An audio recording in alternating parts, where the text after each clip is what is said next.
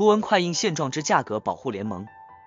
上一篇文章图文快印现状之囚徒困境中论述了我们现状，我们陷入了可怕的价格战，也就是著名的囚徒困境。我们都成了囚徒。2017年的价格上涨如约而来，不知道大家是否已经清晰地感觉到了呢？不过老板们，你们敢因为材料价格上涨而上涨价格吗？有几位老板准备提价呢？身为囚徒的我们有勇气提价吗？显然是没有的，我们只能默默承受材料的上涨，而无能为力，甚至很多人都准备继续降价来抢夺更多的订单，来弥补材料的上涨。你们真的还能再降价吗？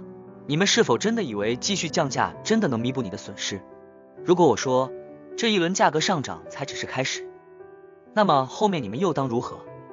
继续默默承受，还是降价抢夺更多的订单？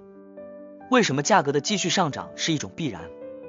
因为央行为了应对经济下滑，会超发货币，市场上的货币增多，造成通货膨胀，涨价也就成了一种必然。现在还只是开始，长期的经济低迷必然会使央行加大货币供应，通货膨胀是不可改变的，大量的货币供应还会导致货币贬值，也就是人们常说的钱越来越不值钱。中国最近30年货币贬值每年是12%，也就是今年你有1万元，明年这个时候你的钱实际上只有原来8800的购买力。在这样的货币政策下，你被蒸发了1200元。按照这样的速度，你如果年年业绩没有保持12%的增长，实际上你是一年不如一年的。你没有跑过货币贬值，老板们计算一下，今年你跑赢了货币贬值的速度吗？中国房地产涨了10几年了，每年保持不低于25%的速度增长，这真是一个奇迹啊！那么房地产每年的高增长是怎么造成的？难道仅仅只是因为买房的人多吗？我想显然不是。我们都知道，在08年因为美国的次贷危机波及全球市场，也让中国经济进入寒冬，但是08年中国房地产也没有选中降价。那么他们是怎么做的呢？摘取一段三谷作家在08年写的关于中国房地产的论述。首先放弃帕累托最优解决方案的是万科，可想而知，在当年的市场环境下，他预期到的博弈的纳什均衡，显然是未来困境下的房地产商之间的普遍相互背叛。也就是说，万科在这场囚徒困境中，之所以选择首先动手出卖所有除他之外的房地产商，是因为他预计在这种困境中，如果不尽早出卖所有同伴，自己将面临被出卖的结局。毕竟这是一个非零和博弈游戏，出卖行为是可以换取非常大的利益的。在这里，我为何要刻薄地使用出卖2字？我们回顾一下房地产商们过去 N 年中所缔造出来的攻守同盟便可理解。我曾经因为房地产行业是否存在暴利及房地产开发成本是否应该公开的问题，在第一财经频道与反方争得面红耳赤。我从来就认定房地产开发企业存在着的暴利现象可以阅读笔者的解读08房地产市场中的相关描述，而当时几乎所有的开发商都是众口一词的否认暴利的存在。更有甚者，潘先生羞答答的把成本比喻为自家老婆的奶子，充分论证了成本不可示人是理所当然的。当然，其中也有万科的声音。如今的万科则践踏了自己曾经参与的同盟，跳出来用实际行动来证明了暴利的存在。他不仅想证明自己存在暴利，也试图揭发所有同伴的暴利。所以我说他的行为是出卖，通过出卖同伴。万科真的能够获得个体的最大利益吗？理论上说他能够获得，但在实践中，也许他最终是打错了算盘。因为在所有的实践中，囚徒困境式的博弈必须是在一个信息极不对称的封闭环境中产生结果。所有囚徒式的自身恐惧与理性决策都是被相互隔绝的，而且这种博弈是不可被重复的。而当前的市场环境已经被不止一次重演过了，海南、05全国、08深圳，这种重复博弈最终将令所有参与者脱离困境，囚徒困境至此被彻底打破。另外，最关键的一条是，在这场博弈中，政府也参与其中了。它直接参与的环节在于源头，即土地的供应、租借，这将加速打破囚徒困境。因为与所有参与博弈者有着本质不同的是，政府是整个游戏的设计者，是囚禁规则的设计者，也是盖牢房、拆牢房的人。你很难想象一个有着政府参与其中的囚徒困境可以被称之为真正意义上的困境。再回头看万科，在所有被他出卖的所谓同伴中，正有政府的身影。我这么说也许是不严谨的，毕竟这不是一个理想状态下的囚徒困境，囚徒之间并没有相互隔绝，信息最起码在业内并非极度不对称。万科是否背负着某种使命，至今还不得而知。最后，需求方同样面临囚徒困境，从邹涛的不买房运动到万人大团购中便可管窥一二。我认为，房地产商乃至房地产市场若想最终走出囚徒困境，只有两种可能：一是前文提到的那位最为尊贵的囚徒如何作为，囚禁自己还是大赦天下；二是所有囚徒在重复博弈的过程中明智的选择停止博弈，创建合作。在过去的几年里，他们曾经做到过，如今也许又到了这样做的时候了。他们需要的仅仅是集体智慧，而那些已经被出卖者窃走的蛋糕，恐怕也只能暂时性的延续出卖者的生命，却最终导致其今后连做囚徒的资格也不会有了，只为两个字：信任。而在此之后，也许囚徒困境将演变成另一种新的模型，我姑且称之为重复博弈结果下的囚徒报复。上面这段话是三股在08年对房地产的论述。目前来看，中国房地产顺利的走出了囚徒困境，整个过程应该只维持了3个月。3个月后，万科被紧急叫停，然后房地产商坚决不降价，一路高歌猛进，现在这房价只能望洋兴叹。中国房地产走出囚徒困境只用了3个月，这一方面是因为房地产商有效的攻守同盟，另一方面也是因为政府在里面的绝对领导。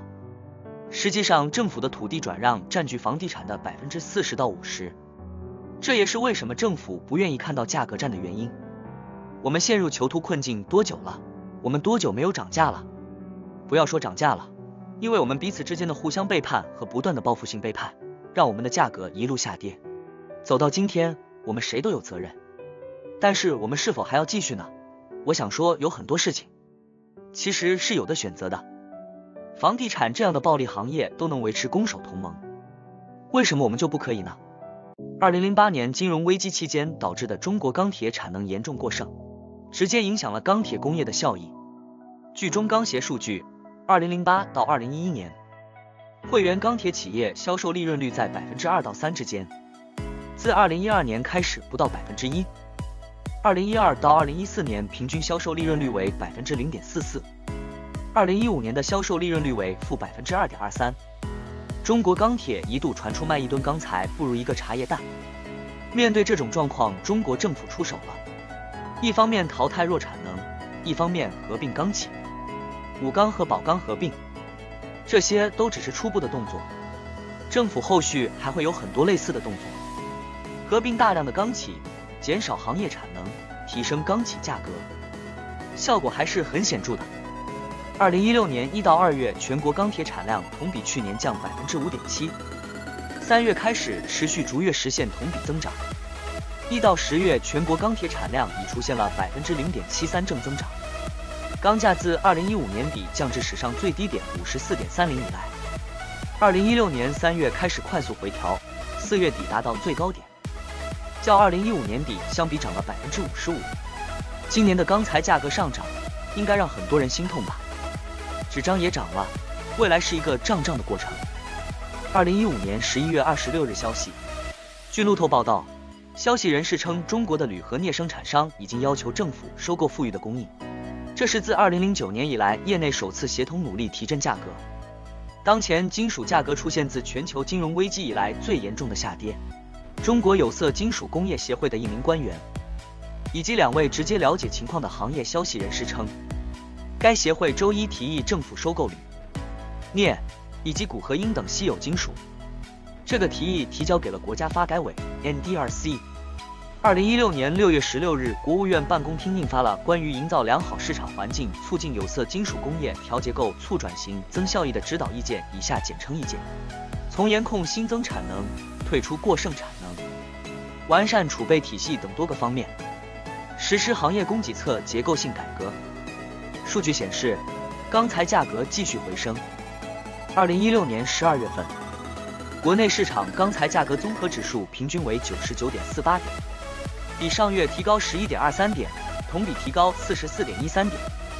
6.5毫米高线、20毫米中板、1.0毫米冷轧板卷平均价格分别为3424元每吨、3630元每吨和4731元每吨，分别比上月上涨342元每吨、408元每吨和453元每吨，同比上涨62.9%、89.7%和89.8%。数据显示，主要有色金属价格继续上涨。2016年12月，上海期货交易所铜、电解铝、铅、锌价格分别为46203元每吨、14082元每吨、19804元每吨和22063元每吨，分别比上月上涨19.7%、2.9%、23.7%和17.6%，同比上涨32.7%、38.3%、57.1%和74.3%。政府从2015年开始，分别对钢铁、有色金属、房地产等行业进行了救助，去产能化和优化结构。这些行业在中国整个经济有着重要地位。比如钢铁在2014年中，钢铁占了 GDP 的11%，所以政府不得不救助。2017年的价格上涨是政府愿意看到的。很多人会说政府一直在调控房地产价格，其实大多数人都误会了政府的意图。政府每次限购不是为了让房价下跌，而是为了不让房地产涨得过快。一旦涨得过快过高，就会急速下跌，导致整个房地产崩盘。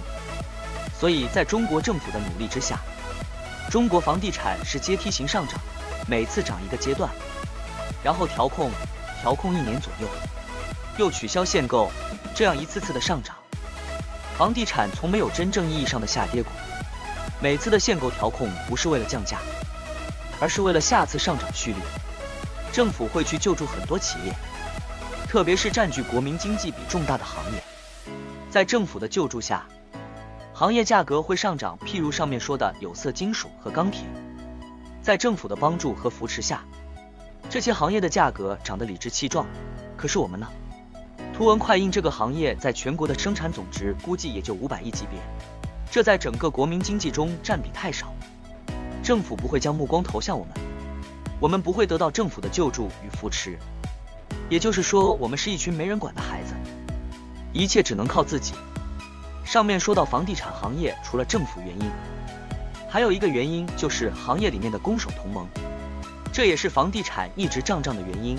建筑成本才1000元，但是卖价却动辄几万，少则几千，这样的暴利却能维持价格不崩盘，这应该归功于行业从业者的合作精神，不出卖，不背叛。图文行业很多老板都是被迫降价，本不愿意降价，但是又无可奈何。为什么我们不能出现一个攻守同盟，保持住价格？现在是时候做出我们的选择了。你是愿意继续降价直至死去，还是愿意提振行业价格，保护行业蛋糕？其他行业的价格只会继续上涨。如果我们一直如此，难道真的准备等死不成？想想当初为什么背井离乡，为了什么来到陌生的城市？难道只是为了给房东赚一份房租吗？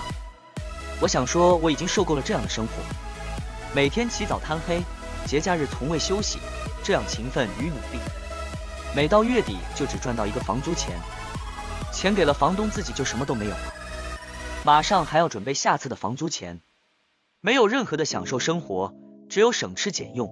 即使如此，我们换来了什么？没有利润的行业，没有秩序的行业，这样的行业，我们怎么能给家人幸福，给自己孩子一个未来？所以我在这里发出一个倡议，我提议图文行业需要一个价格保护联盟，以此来保护价格而不陷入无休止的降价，提振行业价格，给企业以利润空间，让老板和员工都能富足和有尊严的生活。